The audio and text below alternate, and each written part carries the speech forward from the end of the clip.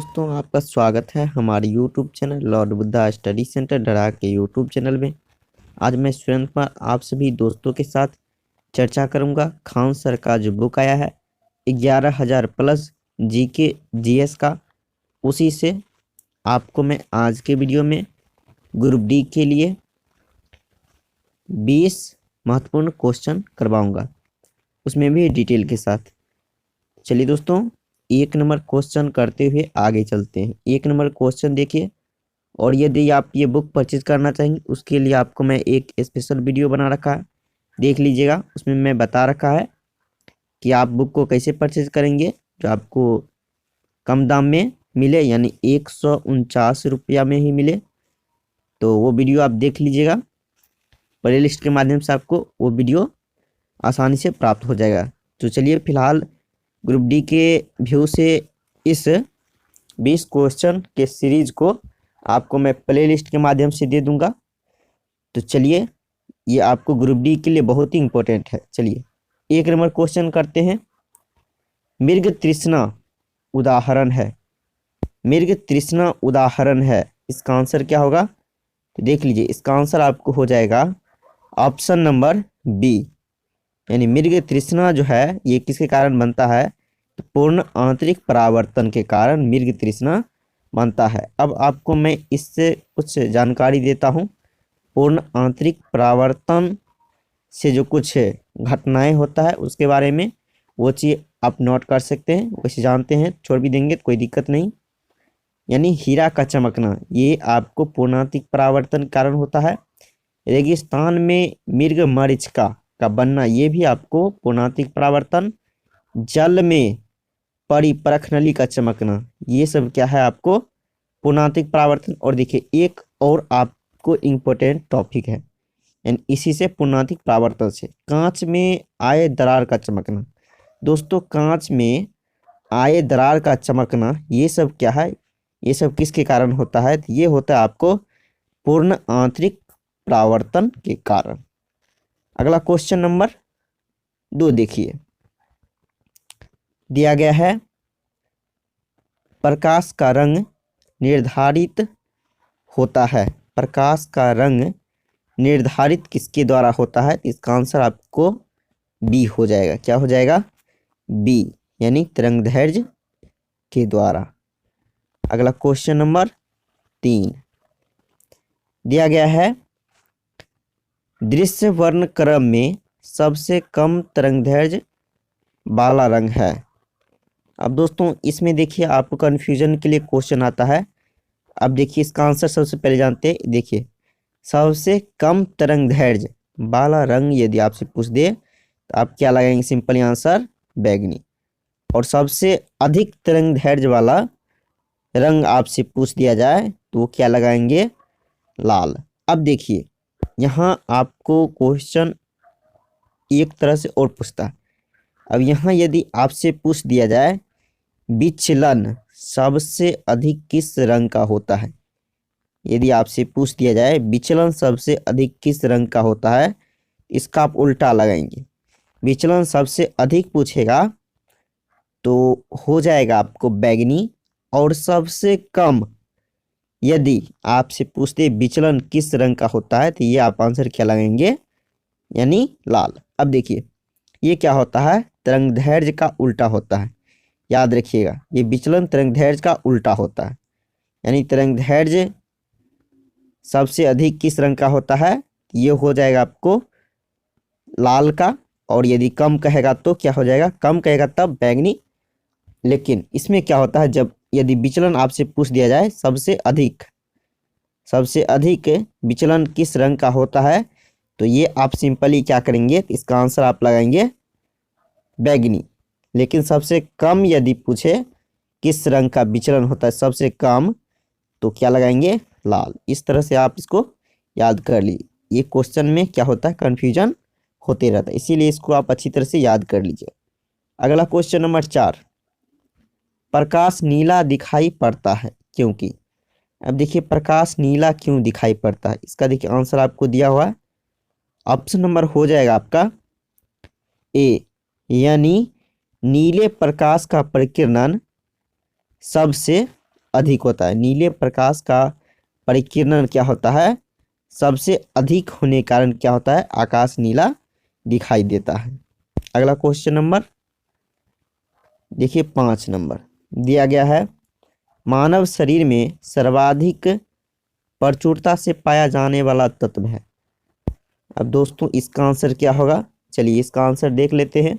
इसका आंसर देखिए आपको दिया हो ऑप्शन नंबर सी, यानी ऑक्सीजन का मात्रा हमारे शरीर में प्रचुर मात्रा में होता है। अब देखिए कितना होता है, तो इसको आप नोट कर सकते हैं। तो देखिए हमारे शरीर में ऑक्सीजन जो होता है 65%। अब दोस्तों पृथ्वी पर इसका मान यानी भूपर पट्टी पर इसका मान कुछ और होता है। अब देखिए लोहा कितना होता है हमारे शरीर में, तो इसको आप नोट कर सकते हैं 0.004, और सोडियम यदि पूछ दिया जाए तो 0.15 होता है। 0 कितना होता है 15। इस डाटा को आप याद कर सकते हैं। अगला क्वेश्चन चलते हैं, क्वेश्चन नंबर 6 कहता है कौन सा सुमेलित सही नहीं है। तो देखिए दोस्तों इसमें आपको कहता है कौन सा सुमेलित सही नहीं है, तो इसका देखिए आंसर आपको दिया ऑप्शन सी, यानी भारतीय अंतरिक्ष अनुसंधान संगठन उपग्रह केंद्र जो है, कहने का मतलब ये आपको श्रीहरिकोटा में नहीं है। अब देखिए क्वेश्चन आते रहता है, अंतरिक्ष अनुप्रयोग केंद्र ये देखिए कहाँ है, ये है आपको अहमदाबाद। अब बी में देखिए दिया गया है, ये सब सही है, यानी मिलान क्या हुआ आपका सही है। तो देखिए अब कहता है राष्ट्रीय दूर संवेदन केंद्र ये कहाँ है आपको, ये है हैदराबाद। विक्रम साराभाई अंतरिक्ष केंद्र कहाँ है, ये है आपको तिरुवनंतपुरम में। ये सब सही ऑप्शन है, और सी नंबर में जो आपका ऑप्शन दिया हुआ है ये आपको गलत है। गलत कहता था चुनने के लिए। आगे जो देखिए आपसे कहता है निम्न युग्मों पर विचार कीजिए, कौन सा युग्म कहता है सुमेलित युग्म है, यानी सही मिला हुआ है। चलिए इसका आंसर सबसे पहले देख लीजिए, दिया हुआ आपका ए, यानी ए तथा बी। अब दोस्तों जानते हैं विक्रम साराभाई जो है आपको अंतरिक्ष केंद्र से संबंधित व्यक्ति हैं, और यू आर राव जो हैं, यू आर राव ये क्या है उपग्रह केंद्र संबंधित, यानी ये दोनों आपको सही आंसर हो जाएगा। यानी क्या होगा ए तथा बी दोनों क्या है आपको सुमेलित सही क्या हुआ है। अगला क्वेश्चन नंबर देखिए 8 नंबर क्वेश्चन देखिए दिया गया है, त्रिवेंद्रम अवस्थित विक्रम साराभाई अंतरिक्ष केंद्र मुख्यतः संबंधित है, यानी त्रिवेंद्रम में जो अवस्थित है विक्रम साराभाई अंतरिक्ष केंद्र, इसका मुख्यतः संबंध है किससे संबंध है। आइए इसका आंसर आपको देखिए दिया हुआ है, आंसर क्या दिया हुआ है देखिए, आंसर दिया आपको ए, यानी 1 तथा 4। अब देखिए 1 तथा 4 संबंधित है। त्रिवेंद्रम जो है आपको रॉकेट छोड़ने के लिए प्रणोदकों के अनुसंधान से संबंधित है, और देखिए 4 में आपको दिया गया है उपग्रह प्रक्षेपण वाहनों के विकास से, यानी ये दोनों सेक्टर से संबंधित क्या है, तो त्रिवेंद्रम अवस्थित विक्रम साराभाई अंतरिक्ष केंद्र। अगला क्वेश्चन नंबर देखिए। अब दोस्तों 9 नंबर क्वेश्चन देखिए, ये क्वेश्चन आप जानकारी देंगे, इस क्वेश्चन में कंफ्यूजन है। अब देखिए वैसे आप इसको रख सकते हैं, आप इसका आंसर कहीं से बुक में या कहीं से आप इसको बता सकते हैं। चंद्रयान किस तारीख को चंद्र कक्ष में पहुंचा। तो अब देखिए इस क्वेश्चन में कंफ्यूजन है, इसका क्लियर आंसर चलिए इसमें देखिए इसे दिया गया सी 8 नवंबर। फिलहाल इसको आप रख सकते हैं, लेकिन इसका डिटेल आपको मैं डिस्क्रिप्शन में दे दूंगा, क्योंकि ये क्वेश्चन कंफ्यूजन का। तो क्या सही है वैसे देखिए, फिलहाल मैं इसका आंसर इस बुक के अनुसार सी लगा देता हूँ, और इसका डिटेल आपको मैं डिस्क्रिप्शन में दे दूंगा, क्योंकि इस क्वेश्चन में कंफ्यूजन है। अगला क्वेश्चन देखिए 10 के बारे में विस्तार से चर्चा करते हैं, इससे आपको क्वेश्चन एक आते रहते हैं, इसीलिए इसको ध्यान से आप कुछ एक्स्ट्रा में बताऊंगा, उस चीज़ को आप नोट कर सकते हैं। देखिए क्वेश्चन नंबर 10 दिया गया है, भारत के चंद्र मिशन के अंतरिक्ष यान का नाम। अब देखिए दोस्तों, चंद्रयान का नाम क्या था, अंतरिक्ष यान जो था उसका नाम क्या था। चलिए जानते हैं इसका। देखिए आंसर आपको दिया हुआ है ऑप्शन 1 यानी चंद्रयान फर्स्ट। अब जानते हैं दोस्तों इसके बारे में, यानी चंद्रयान जो है चंद्रमा के लिए, चंद्रयान क्या है, चंद्रयान फर्स्ट जो है चंद्रमा के लिए पहला मिशन था। ये चंद्रमा पर जो है भेजा गया चंद्रयान फर्स्ट, ये भारत का पहला मिशन था। इसको आप नोट कर सकते हैं, चंद्रयान फर्स्ट जो चंद्रमा पर भेजा गया ये भारत के लिए पहला मिशन था। और विश्व का ये देखिए कितना चंद्र अभियान था, विश्व का आपको 68वां, विश्व का 68वां अभियान था। अब देखिए इससे संबंधित आपको मैं जानकारी दे देता हूँ। अब दोस्तों भारत ने पहले चंद्रयान का परीक्षण श्रीहरिकोटा के सतीश धवन केंद्र से 22 अक्टूबर 2008 को ध्रुवीय उपग्रह प्रक्षेपण वाहन, देखिए इसको कब किया गया, तो देखिए दोस्तों इसको आप नोट कर सकते हैं। तो 22 अक्टूबर 2008 को। अब देखिए ध्यान से सुनिएगा, श्रीहरिकोटा के सतीश धवन अंतरिक्ष केंद्र से 22 अक्टूबर 2008 को ध्रुवीय उपग्रह प्रक्षेपण वाहन, अब देखिए किसके जरिए इसको प्रक्षेपित किया गया, देखिए इसके द्वारा प्रक्षेपित किया गया। इसको आप नोट कर सकते हैं PSLV, ये आपके लिए बहुत इंपॉर्टेंट है। PSLV C11 के द्वारा चंद्र मिशन फर्स्ट जो है इसको क्या किया गया, अंतरिक्ष में भेजा गया। अब देखिए अब कुछ जानकारी और है, उसको भी मैं नोट करवा देता हूं, उसको नोट कर लीजिएगा। अब देखिए दोस्तों इसमें देखिए क्या होता है, क्वेश्चन आपको इससे बनता है, चंद्रयान भेजने वाला भारत कौन सा देश बना, तो भारत कौन सा देश बना, तो भारत आपको देश बना छठा। चंद्रयान भेजने वाला भारत कौन सा नंबर का देश बना, छठा। अब देखिए इससे पहले कौन कौन सा देश था उस चीज को आपको मैं नोट करवा देता हूं, कर लीजिएगा। अमेरिका, यूरोपीय संघ, रूस, जापान एवं चीन के बाद भारत का छठा स्थान है। अब आते हैं अगला क्वेश्चन, इससे जानकारी इतनी थी दोस्तों। अगला क्वेश्चन देखिए दिया गया है, प्रत्यावर्ती धारा की माप किसके द्वारा की जाती है, प्रत्यावर्ती धारा की माप किसके द्वारा किया जाता है। इसका आंसर देखिए इसे दिया हो ऑप्शन डी यानी प्रेरण एमीटर द्वारा। अगला क्वेश्चन देखिए, ये आपको क्वेश्चन देखिए न्यूमेरिकल टाइप का दिया हुआ है। चलिए एक बार इसको पढ़ लेते हैं। देखिए दिया गया है, एक उत्तल दर्पण जिसकी फोकस लंबाई f वायु में है को एक द्रव म्यू बराबर 4/3 में डुबाया जाता है। द्रव में दर्पण की फोकस लंबाई क्या होगी। देखिए फोकस लंबाई क्या होगी, इसका आंसर देखिए आप याद कर लीजिएगा। ये आपको न्यूमेरिकल टाइप का क्वेश्चन हो गया, इसका आंसर हो गया आपका बी 4/3f। इसका आंसर क्या हो गया, बी हो गया। अब देखिए क्वेश्चन नंबर 13, इसको ध्यान से कीजिएगा। 25 डिग्री पर विभिन्न माध्यमों में ध्वनि की चाल के बारे में निम्नलिखित में से कौन से कथन सत्य या असत, यानी कहता है आपको सत्य या असत, देखिए कौन सा ऑप्शन दिया गया है ये आपको कहता है बताने के लिए। चलिए अब जानते हैं दोस्तों, इस चीज को आप ध्यान से सुनिएगा। समुद्री जल में ध्वनि की चाल जो होता है आपको ये होता है 1533। समुद्री जल में ध्वनि की चाल कितना होता है, 1533 होता है, उसमें भी मीटर प्रति सेकंड।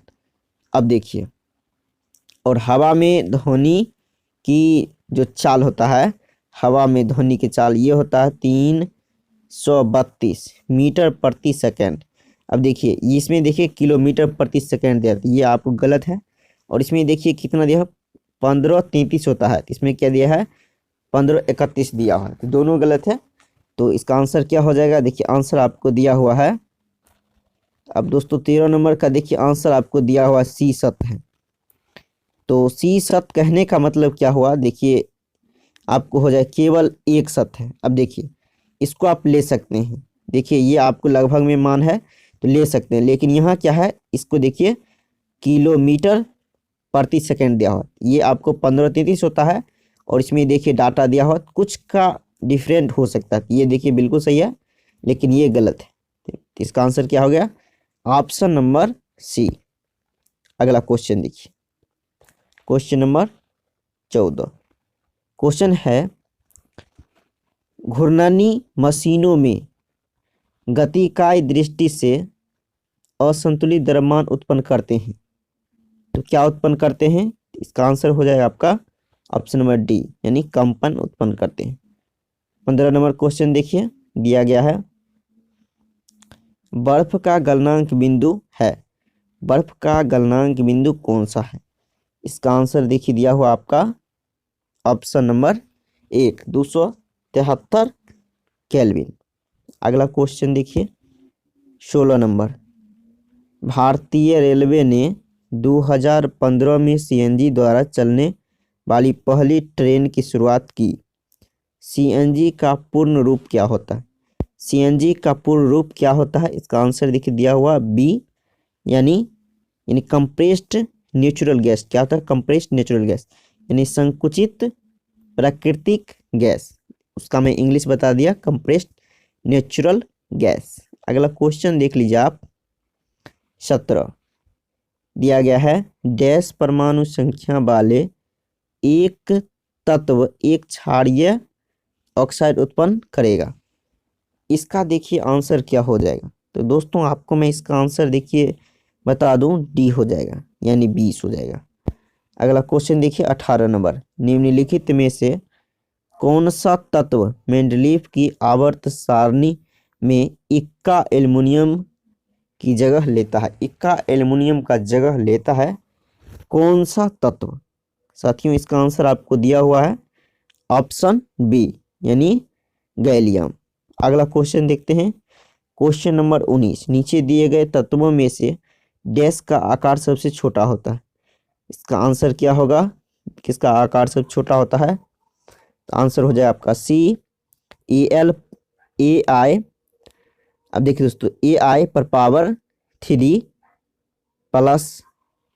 अगला देखिए लास्ट क्वेश्चन आज का दिया गया है आपका, देखिए दोस्तों क्या दिया गया है मध्यवर्ती तरल अवस्था से गुजरने बिना, मध्यवर्ती तरल अवस्था से गुजरे बिना एक पदार्थ का ठोस अवस्था से गैस में परिवर्तित होता है। कहने का मतलब ये हुआ, ठोस से डायरेक्ट गैस में परिवर्तन जो होता है वो किस क्रिया के कारण होता है। तो दोस्तों इसमें देखिए आप जानते होंगे इसका आंसर हो जाए उधरपातन। उधरपातन में क्या होता है, ठोस से डायरेक्ट कोई भी पदार्थ जो होता है क्या होता है, डायरेक्ट किस में बदल जाता है, ठोस से डायरेक्ट आपको गैस में बदल जाता है, अवस्था उसका ठोस से डायरेक्ट गैस में परिवर्तित हो जाता है, उसको क्या कहते हैं, उसी को कहते हैं उधरपातन। जैसे आप देखते होंगे कपूर को आप जलाते हैं तो वो रहता है ठोस, तो वो डायरेक्ट किस में बदल जाता है, तो वो डायरेक्ट आपको बदल जाता है गैस में। तो उसको किस प्रक्रिया के द्वारा शुद्ध किया जाता है, तो उधरपातन। इस तरह से आप क्वेश्चन रहता है। तो थैंक यू साथियों, आज की वीडियो में इतना ही, फिर आते हैं अगली वीडियो में, तब तक के लिए जय हिंद।